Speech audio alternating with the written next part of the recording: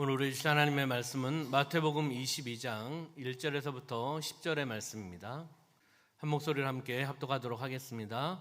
예수께서 다시 비유로 대답하여 이르시되 천국은 마치 자기 아들을 위하여 혼인잔치를 베푼 어떤 임금과 같으니 그 종들을 보내어 그 청한 사람들을 혼인잔치에 오라 하였더니 오기를 싫어하거늘 다시 다른 종들을 보내며 이르되 청한 사람들에게 이르기를 내가 오찬을 준비하되 나의 소와 살찐 짐승을 잡고 모든 것을 갖추었으니 혼인잔치에 오소서 하라 하였더니 그들이 돌아보지도 않고 한 사람은 자기 밭으로 한 사람은 자기 사업하러 가고 그 남은 자들은 종들을 잡아 모욕하고 죽이니 임금이 노하여 군대를 보내어 그 살인한 자들을 진멸하고 그 동네를 불사르고 이에 종들에게 이르되 혼인잔치는 준비되었으나 청한 사람들은 합당하지 아니하니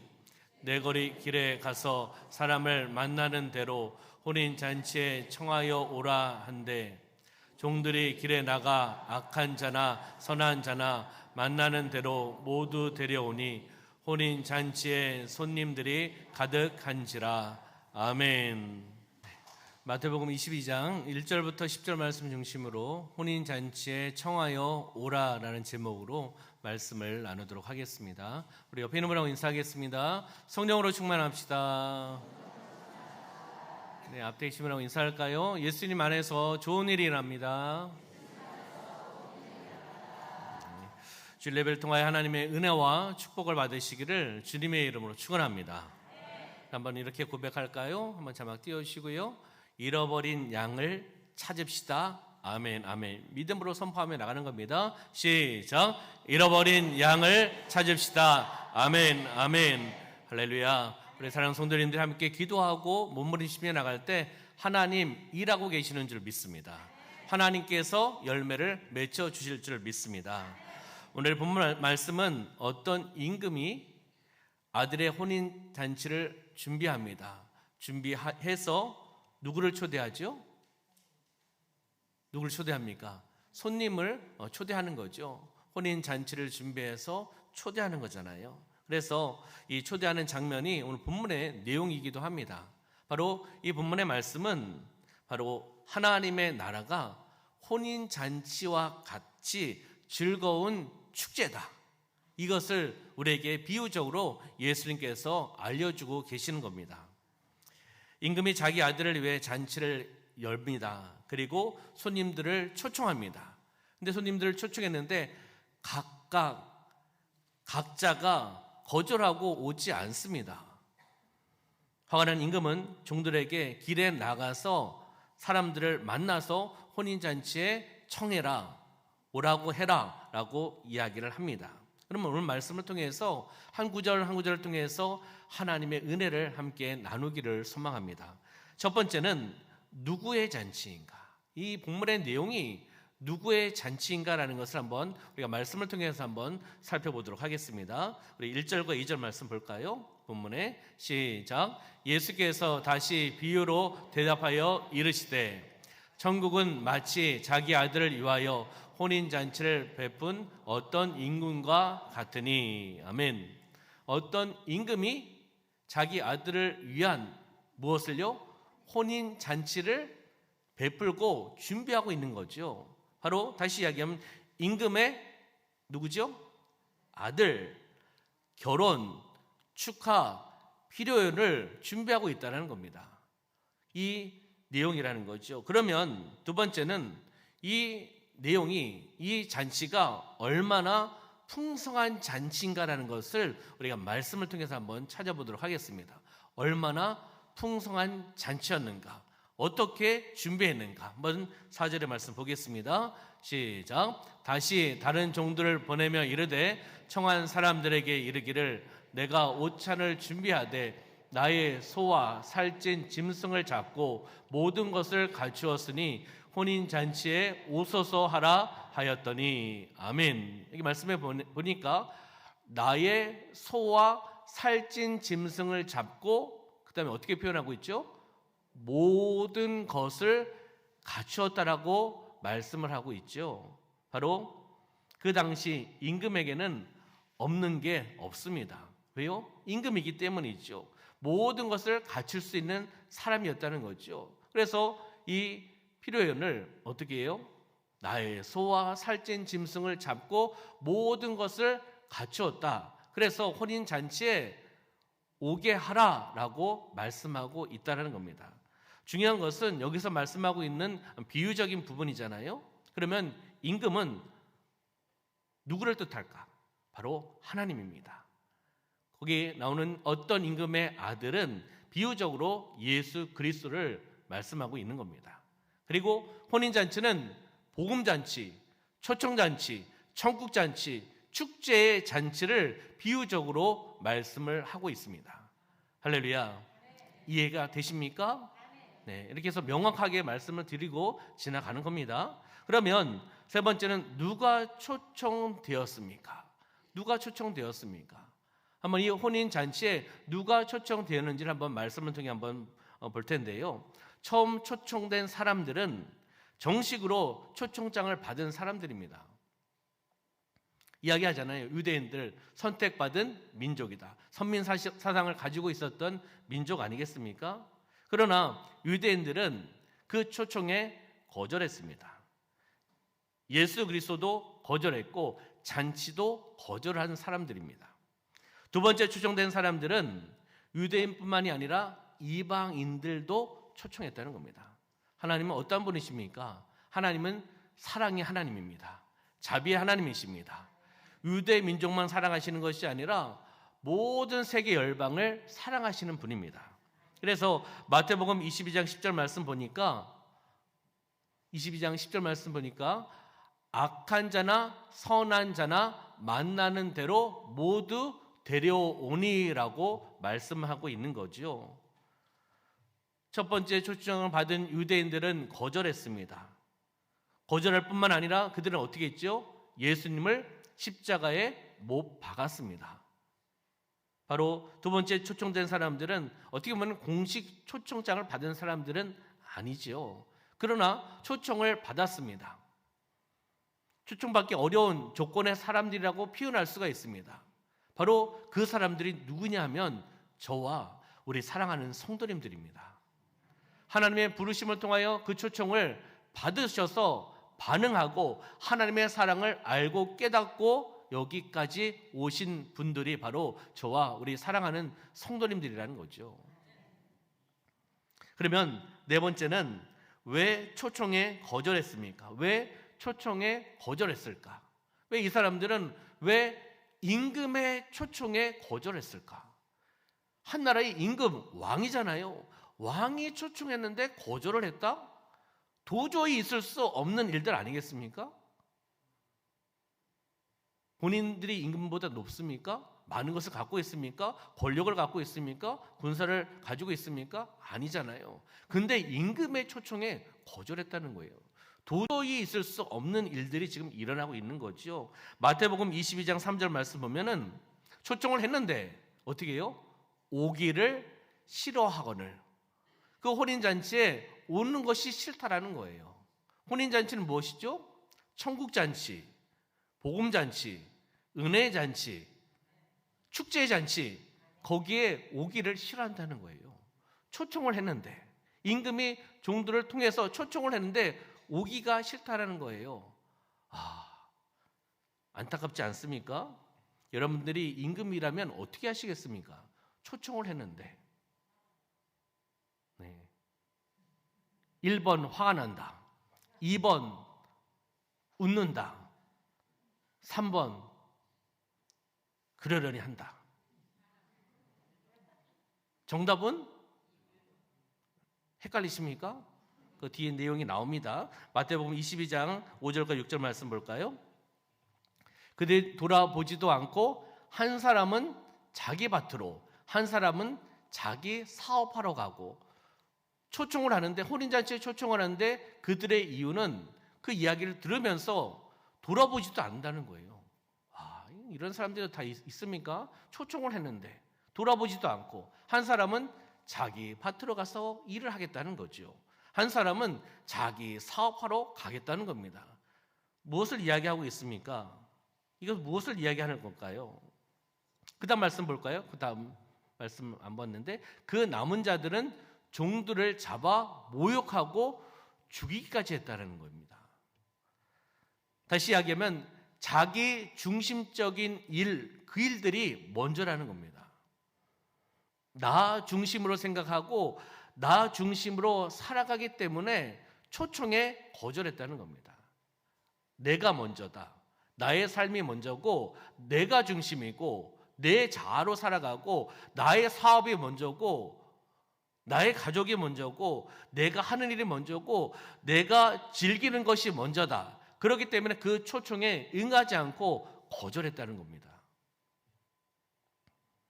다시 이야기하면 우선순위가, 이들은 내가 우선순위라는 겁니다. 나의 삶이, 나의 물질이, 나의 주먹이, 나의 경험이, 나의 의지가 내가 중심이라는 것을 이야기하고 있는 겁니다. 우선순위 결정에 실패한 사람들입니다. 그렇잖아요? 우선순위가 무엇인지 정확하게 알고 있다면 임금이 초청하는 것에 먼저 응하는 것이 맞지 않겠습니까? 그리고 임금이 초청해서 혼인잔치에 가서 함께 축하해주고 함께 격려해주고 함께 박수 쳐주고 함께 은혜를 나누고 함께 축제장에 들어온 다음에 그 다음에 그것을 경험하고 즐기고 그 다음에 가서 내가 해야 될 밭에 가서 일을 하고 사업을 하고 내가 해야 될 부분들을 하면 되지 않습니까? 근데 우선순위가 바뀌었다는 겁니다. 내가 먼저라는 거예요. 내 것이 먼저라는 겁니다. 내 사업이 먼저고 내 직장이 먼저고 내가 하는 일이 먼저고 중심이기 때문에 이 초대에 초청에 응하지 않고 있다는 것을 보게 됩니다. 우리가 먼저 우선순위로 두어야 될 것은 무엇입니까? 우리가 정해야 될 우선순위는 무엇입니까? 바로 여러분들은 이 다음에 나오는 답이 바로 우선순위로 삼으신 분들인 줄 믿습니다. 예수 그리스도를 나의 왕으로, 나의 주님으로 영접하는 것이 가장 우선순위입니다. 할렐루야. 그러기에 여기에 계신 줄 믿습니다. 이것이 우선순위가 아니기 때문에 세상으로, 사업으로, 내 중심으로, 내 자아로 살아가고 있고 혼인잔치를 모르고 있는 거예요. 이 의미를 모르고 있다는 거죠. 임금의 초청을 이들은 거절합니다. 이 핑계 전 핑계 대면서 거절합니다. 예수 그리스도를 외면합니다. 거절합니다. 결국 그들이 돌아오는 것은 무엇입니까? 임금의 초청에, 하나님의 초청에 거절하고 마지막으로 돌아오는 것은 그들의 삶 가운데 멸망이고 사망이고 패배입니다. 절망밖에 돌아올 것이 없습니다. 영적 무지함이죠. 임금이 초청하는데 거절한다. 하나님이 초청하는데 그 은혜의 장에 들어오지 않는다. 이것은 불순종 아니겠습니까? 그러면 패배요, 절망이요, 멸망으로 사모로 가는 지름길을 가고 있다는 겁니다. 우리 사랑하는 성도님들은 우선순위가 하나님이신 줄 믿습니다. 그렇기 때문에 올바른 방향을 설정하고 믿음의 열정을 가지고 하나님의 결국 믿는 믿음으로 행하고 살아가시는 줄 믿습니다. 바로 이들이 초청을 거절한 가장 큰 이유는 왕의 권위, 임금의 권위, 그 능력, 그 위엄을 과소평가했다는 겁니다. 임금을 임금으로 보지 않은 거죠. 임금의 권위를 과소평가하고 바라보지 않은 겁니다. 임금의 능력, 그 위엄을 과소평가했다는 겁니다. 임금입니다. 비유적으로 이야기하면 딱 들어오잖아요. 나라의 임금이고 나라의 왕이 어떻게 왕이 무엇이 부족하겠습니까? 다 가지고 있는 사람 아니겠습니까? 근데 나를 불러요. 부족한 나를 불러요. 초청을 합니다. 그의 아들의 혼인잔치에 나를 부른다는 겁니다. 부르면 얼마나 기쁘겠습니까? 야, 임금이 나를 알고 나를 부르는구나. 기쁘고 즐거운 마음으로 뛰어가야 되지 않겠습니까? 그런 이들은 이 핑계 저 핑계를 대고 가지 않는 겁니다. 왕의 권위에 대한 부분들도, 왕의 능력에 대한 부분들도 깨닫지 못하고 내 중심으로 살아나가는 사람들이라는 겁니다. 임금을 통해서 그의 생명이 죽임을 당할 수도 있지 않습니까? 권력과 권세와 군사와 많은 것을 갖고 있는 임금이잖아요. 하나님을 통해서 우리는 영원한 생명을 받았습니다. 그 초청에 응하셨기 때문에 예수 그리스도를 나의 구원자, 나의 구세주로, 나의 주인으로, 나의 주님으로 믿고 내 마음 중심에 내가 앉아 있는 것이 아니라 바로 예수 그리스도를 모시고 살아가기 때문에 하나님께 주시는 구원, 영원한 생명, 천국 소망을 가지고 살아가는 줄 믿습니다. 이것은 우리에서만 끝나서는 안 된다는 거예요. 영혼의 소중함, 한 영혼의 소중함, 그 생명의 소중함을 알면, 깨닫고 있으면 그 생명을 가지지 않은 자, 하나님의 초청에 응하지 않는 자들을 초대해야 되죠. 우리가 가서 이것을 알려야 되지 않겠습니까? 임금의 초청을 거절한 것, 이것은 일상적인 생활 속에서도 죄입니다. 임금이 부르는데도 가지 않는다. 임금의 마음을 아프게 한 죄, 다시 이야기하면 하나님의 마음을 아프게 한 죄, 율법적으로 이야기하는 거 아닙니다. 임금의 그 즐거운 마음에, 즐겁잖아요. 아들이 결혼을 하는데 아버지인 임금이 행복하지 않겠습니까? 그 마음을 함께 나눠야 되는데 가지 않는 거죠. 이해하지 못하고 그의 기쁨에 동참하지 않는 죄라는 겁니다. 넓은 마음으로, 임금이 넓은 마음으로 자격이 없는 자를 초청하는 거예요. 사실은요. 비교하면 비교할 수 없지요. 임금과 어떻게 그 밑에 있는 사람들과 비교할 수 있겠습니까? 바로 호의를 베풀고 넓은 마음으로 무자격한 자들을 초청했음에도 불구하고 이 초청을 거절했다는 겁니다. 하나님께서 우리를 사랑하시니까 부르신 거 아니겠습니까? 우리가 무엇을 잘해서, 얼만큼 섬겨서, 얼만큼 우리가 잘해서 우리를 부르셨겠습니까? 하나님이 전적인 사랑입니다. 하나님이 혼인잔치에 우리를 불러주셨고 우리는 그 부르심에 순종해서 여기까지 오신 겁니다. 초청에 대한 거절은 다시 이야기하면 은혜에 대한 거절입니다. 누구의 은혜요? 하나님의 은혜에 대한 거절을 이야기를 하는 겁니다. 다시 이야기하면 하나님을 먼저 생각해야 되는 겁니다. 하나님 중심으로 하나님의 일이 우선순위를 두고 살아가는 삶이 되시기를 주님의 이름으로 축원합니다. 그럼 하나님께서 그 모습을 보시고 하나님 기뻐하시고 미소 지으시고 우리에게 은혜를 베풀어 주시고 축복해 주시는 줄 믿습니다. 그러면 거절한 후에 어떻게 되었는가? 임금의 초청에, 혼인잔치에 거절했을 때 어떠한 일들이 일어나는가? 7절 말씀 볼까요? 시작. 임금이 노하여 군대를 보내어 그 살인한 자들을 진멸하고 그 동네를 불사르고. 아멘. 초청에도 거절하고 종들을 죽이고 살인했습니다. 임금이 어떻게 했다고요? 임금이 그 다음에 노하여. 임금이 노했다는 겁니다. 여러분들이 임금 입장이라면 어떻게 하겠습니까? 내 아들의 혼인잔치에 종들을 보내서, 부하들을 보내서, 많은 사람들을 보내서 초청을 했는데 거절도 하고 보낸 부하들을, 보낸 종들을 잡아 죽입니다. 임금이 노할 수밖에 없지 않습니까? 그래서 군대를 보내는 거예요. 그 살인한 자들을 진멸하고 그 동네를 불사르고 정리해버리는 겁니다. 하나님은 어떤 하나님이십니까? 우리는 하나님께 영광 올려드려야 됩니다. 하나님을 경외해야 되는 겁니다. 하나님은 사랑의 하나님이십니다. 자비의 하나님이십니다. 그렇지만 하나님을 두려워할 줄도 아셔야 됩니다. 그 경외라는 단어 안에는 바로 두려움도 있는 겁니다. 하나님이 어떤 하나님인지 알기 때문에 두려움도 있고 또 경배도 올려드리고 찬양으로 나아가고 기도를 통해 나아가는 거 아니겠습니까? 하나님은 자주 화를 내시지 않으시는 분 같습니다.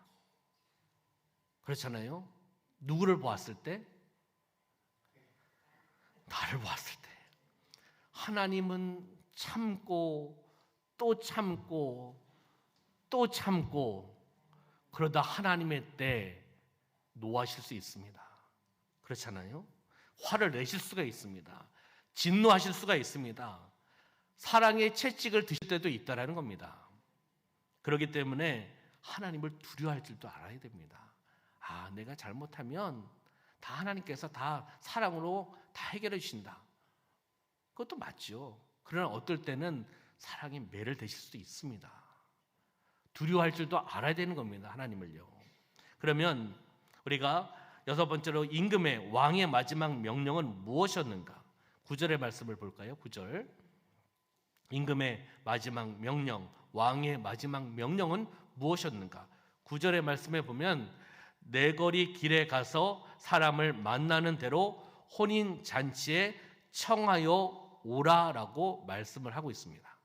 길에 나아가서 사방에 나아가서 사람을 만나는 대로 혼인 잔치에, 기쁨의 잔치에, 은혜의 잔치에 청하여 오게 하라라고 임금은 마지막으로 명령하고 있다는 것을 보게 되는 겁니다.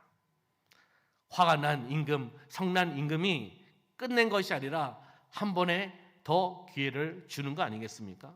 혼인 잔치에 청하여 오라. 다시 이야기하면 혼인 잔치에 그 빈자리를 채우라. 누가 말씀하시는 거죠? 하나님이 말씀하시는 겁니다. 하나님께서 멸망을 시키는 것이 아니라 하나님께서 다시 한번 기회를 주셔서 종들을 통하여 초청하고 계시다는 겁니다. 바로 이 초청을 누가 해야 되겠습니까? 하나님의 자녀, 하나님의 백성, 이 시대 예수의 제자인 우리가 하나님의 말씀을 깨닫고 이 말씀을 통하여 우리가 수단과 도구가 되어서 혼인잔치에 많은 사람들을 청하여 오게 하는 일들을 감당하시기를 주님의 이름으로 축원합니다. 이 명령은 임금이신 하나님의 전도 선교 명령입니다. 혼인잔치에 청하여 오라. 혼인잔치에, 천국잔치에, 복음잔치에 청하여서 요청해서 오게 하라라고 말씀하고 있는 겁니다. 땅끝까지 내 증인이 되라라고 말씀하고 있는 거죠. 예수의 증인으로 살아가라 우리에게 말씀하고 있는 것입니다. 다시 이야기하면 전도하라는 거죠. 복음을 전하라는 겁니다. 내가 만난 예수 그리스도를 전하라는 거죠. 하나님의 이야기를, 하나님을 자랑하며 나가는 간증의 주인공으로 살아가라고 우리에게 말씀해주고 있습니다. 그러면 왜 전도해야 됩니까? 왜 전도해야 됩니까? 주님의 명령이기 때문입니다. 전도해 볼래? 전도했으면 좋겠어. 아니잖아요. 내 증인이 되라. 땅끝까지 내 증인이 되라라고 명령하고 계신 겁니다. 혼인잔치에 청하여 오게 하라, 오라라고 명령하고 계시는 겁니다. 그러면 누가 해야 됩니까? 이 일을 누가 해야 됩니까? 담임 목사인 제가요? 옆에 계신 장로님이요? 안수 집사님이요? 권사님이요? 신앙 경륜에 있는 많은 오랫동안 신앙생활 하셨던 분이요? 지금 이야기하는 분들 다 맞습니다.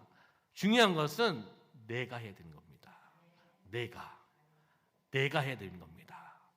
눈을 감고 계시면 내가 해야 되는지 옆에 있는 사람이 해야 되는지 모를 수도 있습니다. 누가 해야 됩니까? 내가 해야 되는 겁니다. 언제 해야 됩니까? 내일이요? 내일 모레요? 지금 하셔야 되는 거예요. 내일 모레가 아닙니다. 내일이 없을 수도 있습니다. 그렇잖아요? 항상 내일이 있다라고 보장할 수가 없어요. 하나님 우리를 언제 부르실지 모르는데요. 그렇잖아요? 그렇기 때문에 하나님의 사명을 현재 하는 겁니다. 지금 해야 되는 겁니다. 지금 하나님께서 주신 마음과 성령의 역사함을 통해서 우리가 전해야 된다라고 말씀하고 있는 겁니다. 언제까지 해야 됩니까? 이것을 언제까지 해야 됩니까? 그 사람이 예수를 믿을 때까지 기도하고 복음을 전하고 기쁜 소식을 나누고 함께 섬기고 사랑을 나누고 그 사람이 예수 믿을 때까지 우리가 해야 되는 겁니다. 한 영혼이 주님 앞에 돌아오는 것이 그렇게 쉬울까요? 영적인 거기 때문에 어렵습니다. 영적 전쟁입니다, 사실은요. 그렇기 때문에 어려워요. 긴 시간이 걸릴 수도 있습니다. 뭐 바로 응답해 줄 때도 있긴 하지만 내가 죽기 전까지 복음을 전해야 됩니다. 아니면 그 사람이 죽기 전까지 내가 복음을 전해야 됩니다. 아니면 주님이 내가 이 땅에 살아가는 동안 주님이 오신다면 주님이 오시기 전까지 내가 복음을 전해야 되는 겁니다. 그럼 어디에서 해야 됩니까? 어디에서 복음을 전해야 됩니까? 선교사님은 하나님의 부르신 선교지에서 그 복음, 전도, 선교 사역을 감당하셔야겠죠. 선생님과 학생은 학교에서 사명을 감당해야겠죠. 직장인은 직장에서, 사업장을 운영하신 분은 사업장에서, 가족은 가정에서, 다시 이야기하면 삶의 현장에서 내가 이 사명을 감당하셔야 되는 겁니다. 중요한 것은 삶의 현장이에요. 삶의 현장 속에서 그 복음을 전하며 나가는 삶이 되셔야 될 줄 믿습니다. 그럼 디모데후서 4장 2절 말씀 볼까요? 바울은 어떻게 이야기하고 있는가? 시작. 너는 말씀을 전파하라. 때를 얻든지 못 얻든지 항상 힘쓰라. 아멘. 말씀을 전파하라. 말씀, 진리, 예수 그리스도, 그것을 전하라는 거죠. 때를 얻든지 못 얻든지 항상 힘쓰고 전하며 나가라고 말씀하고 있는 겁니다. 하나님께 우리가 기도하면 하나님 일하십니다. 우리가 기도하고 또 기도하고 더 기도하면 하나님 일하십니다. 하나님 역사하십니다. 결과는 내려놓으시고요. 결과는 내려놓고 하나님 바라보며 나가는 거죠. 믿음으로 달려나가는 거죠. 한 영혼이 주님 앞에 돌아오는 것을 바라보고 바람의 법칙을 적용하면서 나는 몸부림치는 겁니다. 어떠한 몸부림이요? 거룩한 영적인 몸부림을 통해 나가는 것이죠. 기도하면 살아납니다. 기도하지 않으면 죽습니다. 그렇잖아요? 기도하고 그 사랑을 전해야 되지 않겠습니까? 에스겔 37장 4절과 5절 말씀 볼까요? 이 마른 뼈에게 어떻게 선포했고 여호와 하나님께서 어떻게 역사했는지 한번 보도록 하겠습니다. 시작. 또 내게 이르시되 너는 이 모든 뼈에게 대언하여 이르기를 너희 마른 뼈들아 여호와의 말씀을 들을지어다. 주 여호와께서 이 뼈들에게 이같이 말씀하시기를 내가 생기를 너에게 들어가게 하리니 너희가 살아나리라. 아멘. 뼈에게 믿음으로 말씀을 통해서 명령하며 나갔을 때 너희 마른 뼈들아 여호와의 말씀을 들을지어다. 그 말씀을 가지고 선포하며 나갔을 때 여호와 하나님께서 어떻게 하신다고요? 생기를 너에게 들어가게 해주신다. 그리고 너희가 살아나게 하신다라고 말씀하고 있다는 겁니다. 우리를 사용하시는 거예요. 우리를 사용하고 계시는 겁니다. 살아나는 역사함이 나타난다는 겁니다. 그럼 마태복음 10장 32절 33절 말씀 볼까요?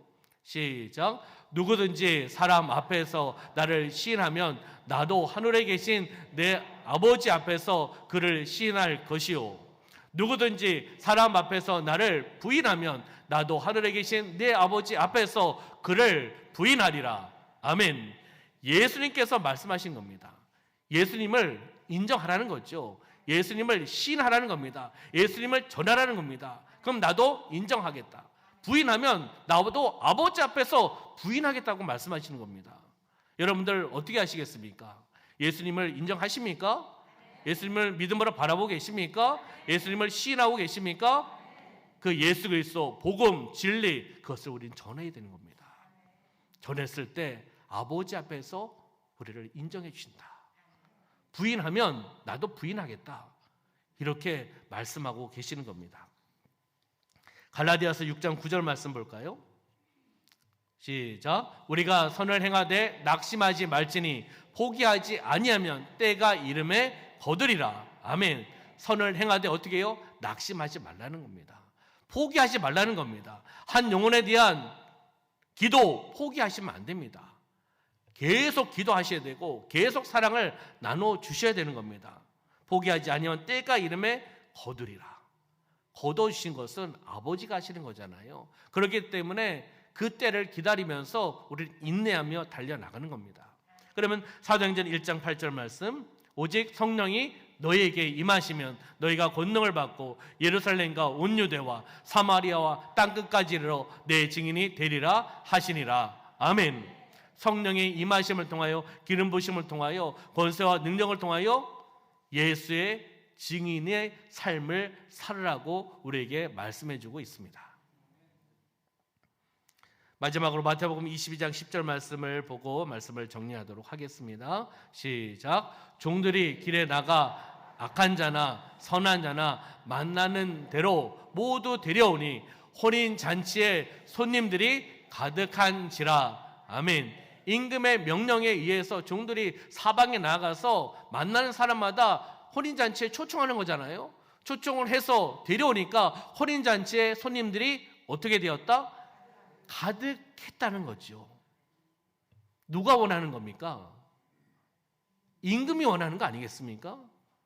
임금 아들 혼인잔치에 많은 사람들을 초대해서 와서 축제장, 은혜장, 기쁨의 장, 그 장이 되기를 원하는 것이 바로 여기에 나오는 어떤 임금이라는 것입니다.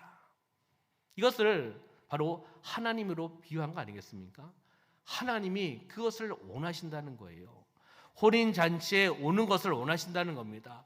천국잔치에 오는 것을 원하신다는 겁니다. 복음잔치에 오는 것을 원하신다는 겁니다. 왔을 때 예수님을 인격적으로 만날 수 있고 인생의 터닝포인트가 될 수 있는 한 번의 예배를 통해서, 한 번의 혼인잔치를 통해서 변화의 역사가 나타날 수 있습니다. 우리는 믿음을 가지고 혼인잔치에 청하여 오게 하시기를 주님의 이름으로 축원합니다. 우리 힘으로는 쉽지 않지요. 그러나 안 된다는 생각을 가지고 가면 안 됩니다. 성령의 임하심, 권세와 능력을 통해서 예수의 증인으로 살라고 말씀하고 있지 않습니까? 성령의 임하심, 권세와 능력을 통하여 성령의 충만을 통해 살아가시기를 주님의 이름으로 축원합니다. 이 본문을 통해서 우리에게 주시는 바로 메시지는 우리의 사명은 복음을 전하는 것이다. 혼인잔치에 청해서 오게 하는 것이다. 이것을 예수님께서 비유적으로 지금 설명해 주고 계시는 겁니다. 말씀을 정리하겠습니다. 혼인잔치에 청하여 오라라는 제목으로 함께 말씀을 나누었습니다.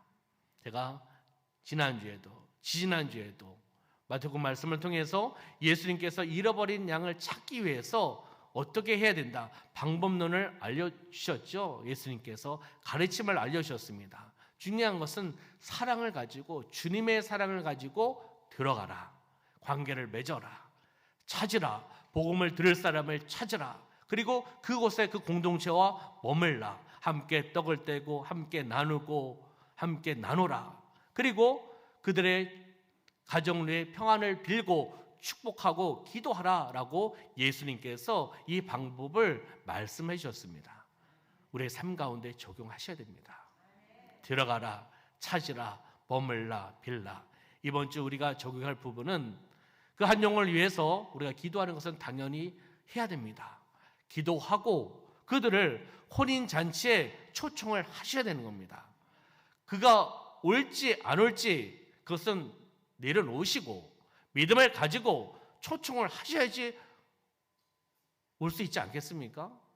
이번에 초청에 응하지 않으면 2차 때 또 초청에 응할 수도 있고, 우리 교회가 아니면 옆에 있는 교회로 갈 수도 있습니다. 그렇잖아요. 우리는 씨앗을 뿌리는 겁니다. 나누는 겁니다. 그렇잖아요. 중요한 것은 예수님을 인격적으로 만나는 인생의 삶이 되어야 된다는 거죠. 혼인잔치에 들어와야 되는 거예요. 이것을 우리가 감당하시기를 소망합니다. 혼인잔치에 청하여 오게 하라고 우리에게 말씀해주고 있습니다. 이번 주 우리가 함께 기도하고, 우리가 함께 기도했던, 함께 나누고 연락하고 선물도 나눠줬던 그분을 한번 초청해 보시기를 소망합니다. 기도하면서 초청하셔서 하나님의 놀라운 역사함이 또한 우리가 다시 한번 임하고 살아계신 하나님을 다시 한번 간증하며 나가는 주인공이 되시기를 주님의 이름으로 축원합니다. 기도하겠습니다. 살아 역사하신 아버지 하나님, 예수님께서 혼인잔치에 청하여 오라라는 그 메시지를 통하여 비유적으로 이 시대 우리에게 말씀해주고 계시는 줄 믿습니다. 그 혼인잔치, 천국잔치, 복음잔치, 은혜잔치에 우리가 마음에 품고 있었고 기도하고 있었고 함께 연락을 했고 사랑을 전했고 선물 나눠줬던 그분에게 성령의 능력을 통하여 초청하게 하여 주시옵소서. 담대한 마음으로 혼인잔치에 초청할 수 있도록 역사하여 주시옵소서. 성령 하나님께서 하실 줄 믿습니다. 우리는 믿음을 가지고 순종하며 나가는 우리의 공동체가 되어나갈 수 있도록 인도하여 주시옵소서. 우리가 축복의 통로가 되기를 소망합니다. 기도의 통로가 되기를 소망합니다. 말씀의 통로가 되기를 소망합니다. 하나님의 영광을 올려드리며 나가는 통로와 도구가 수단이 되어나갈 수 있도록 역사하여 주시옵소서. 하나님 함께 하심을 감사드리며 예수님의 이름으로 축복하며 기도하옵나이다. 아멘.